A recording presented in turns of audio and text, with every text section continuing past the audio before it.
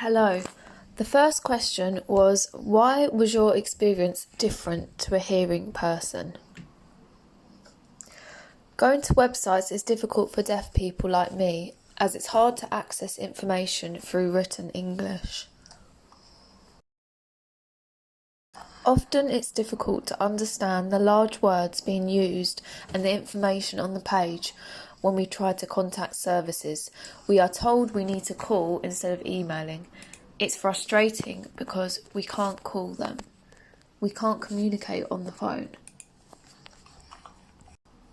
Obviously, as we are deaf, we don't always have an interpreter. It's really difficult. That's the difference between being deaf and hearing people. Second question, was it hard to get information on COVID? Why? Did it become harder to access services? There is no BSL interpretation on the videos on the COVID vaccine website. Absolutely nothing. There's nothing on the government website explaining about COVID, what areas I need to be careful or anything at all. It means that I often miss vital information. I don't understand what is going on. This is annoying. Third question, what are your perfect services that would make you feel inclusive and no barriers? For a deaf person like myself, the best type of service would be one with BSL interpretation across the government website. It would mean having each point on every page and every little detail explained clearly. It would be fantastic. Secondly, having the page frequently asked questions translated into BSL would be great.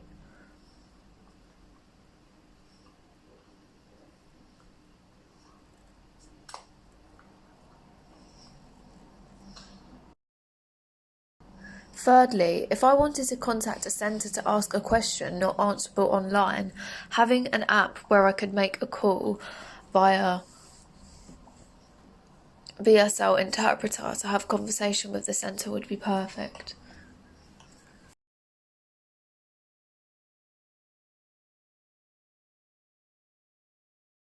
Question 4. Please share your real life experience of bad experience during COVID.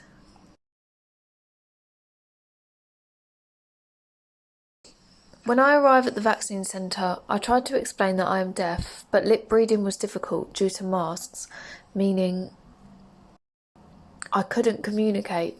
I could see the person was annoyed by their trowed eyebrows. I remember thinking, what? I'm deaf. It was difficult to explain myself or communicate anything. It was frustrating. There was no interpreter at the appointment. I tried to explain. Well, actually, I have a badge that explained that I'm deaf, that I lip read, but they still look annoyed and I still struggled. I tried to communicate by typing on my phone, but that was hard too.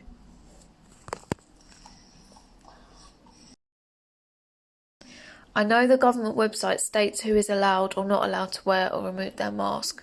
For example, those at risk, vulnerable people, etc. The website specifically states people who need to communicate with deaf people who need to lip read can remove their mask.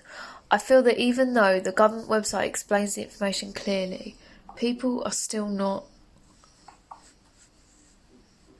completely aware of the rights of deaf people. It makes me feel discriminated against. It's like other people are ignorant. Because I'm prevented from doing something that is allowed on the government website. I feel disappointed with their service in terms of accessibility for deaf people. Thank you. My name's Lisa Foley. I'm a carer for my son. I live in Tower Hamlets. And my experience during the lockdown from March last year is something that I'd like to share. Most carers, like myself and my son, who's cared for, were left high and dry by lots of services. We were very lucky that I belong to the Carer Centre in Brayford Square, and we were very, very fortunate. We set up a peer support group with a WhatsApp group, and we called ourselves Craft and Conversation because that's what we were doing previous to that. So lots of carers were able to support each other during lockdown with lots of positive affirmations every day, and we were able to share information. And I was really adamant from day one when we did all of this that everything would be science-based and we would be able to back it up. So anything that we shared, we could prove it with the science and research papers about what was happening with the pandemic, with actual COVID, and with information about what was good practice, safe, and keeping our cared for safe. Unfortunately, there are lots of carers registered at the Carer Centre who weren't able to access because for whatever reason they haven't got computers, not computer literate, they don't own a computer. So digitally, if you weren't, you know, able to, you were left out. So there was a lot of digital exclusion. My son's a wheelchair user, and it was bad enough accessibility before that. When the vaccine was offered, I was offered the next street down to me, the doctors to go to. I've got a walking stick because I was born with spinal bifida. So I use a stick. My son, who's a wheelchair user, was offered the Excel Centre. Now, the lifts on the DLR that particular day when we were our first trip were broke. So we had to use the other side, go back a station and then go forward. So again, why nobody ever realised how difficult it is normally for a wheelchair user, but then he wasn't given the same accessibility as I was, is absolutely ridiculous. We're really worried because although we had this Freedom Day last week, we're still choosing to wear our masks if we do go out. And the only reason we're going out at the moment is if he's got appointments at the hospital, the dentist, and stuff to do with his medical needs. We're not going to go out in the future because, again, we're going to have another spike of this illness because, again, the information is not true and people are not being given the right information. I just feel so badly let down. And like I said, it's carers and cared for that have paid the price. And like I've come from a place today where one of our carers he's cared for is going to be buried next week, and he died of COVID. And he, you know, they did everything they could. They stayed in, they shielded, and it seems that he went out a couple of weeks ago and again contracted COVID, and he's going to bury his dad. You know, and we've had to sit and comfort him today, and it's absolutely heartbreaking. You know, the real stories, and like I say, I think the post-mortem of all of this is going to be interesting as to what could have been done.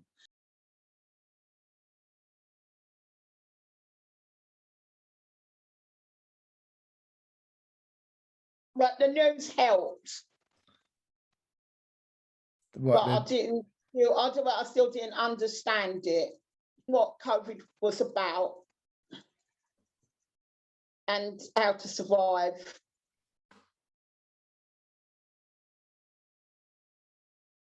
I got arts and crafts, and although I didn't have the tablet, I still had arts and crafts and the telephone calls. Seeing people I haven't saw for a long time as well.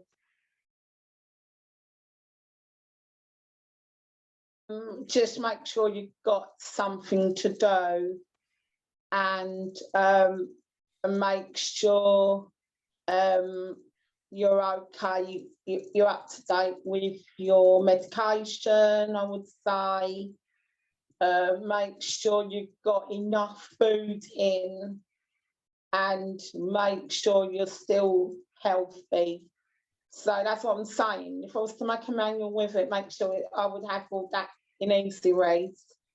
Where to get help, so you haven't got your key worker with you. Make sure you've got food in, so we'll put a picture of food, so make sure you're stocked up on food, and make sure that you're still up to date with your medication. I will put like just of pills. Not scared and lonely because the neighbourhood where I live, they didn't help me at all. But I'm lucky to have Sheila she's really was supportive. She told me what to do. If I need her, I can call her 24/7. Basically, that was really it. So I had Sheila as my support guide through it. Not everyone's going to have someone like Sheila to help them. So I don't know, I think different people with disability will have a different key worker or support.